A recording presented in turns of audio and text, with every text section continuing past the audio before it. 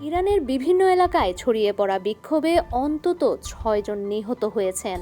রাজধানী তেহরানে জীবনযাত্রার ব্যয় অস্বাভাবিকভাবে বেড়ে যাওয়ার প্রতিবাদে গত সপ্তাহে বিক্ষোভ শুরু হয়।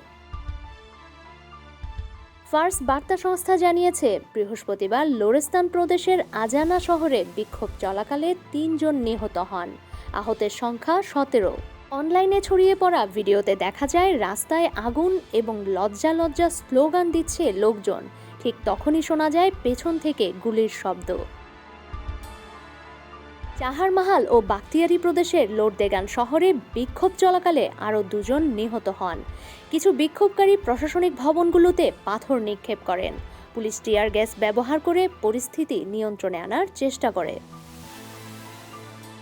লোরেস্তান প্রদেশে বাসিস বাহিনীর এক সদস্যও নিহত হন।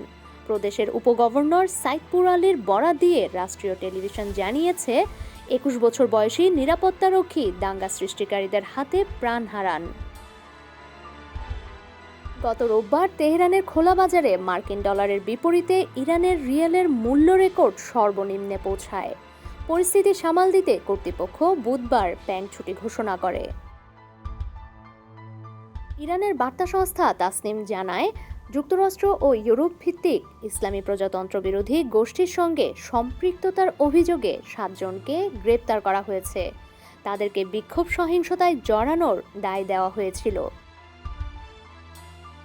ডেস্ক রিপোর্ট, সমকাল।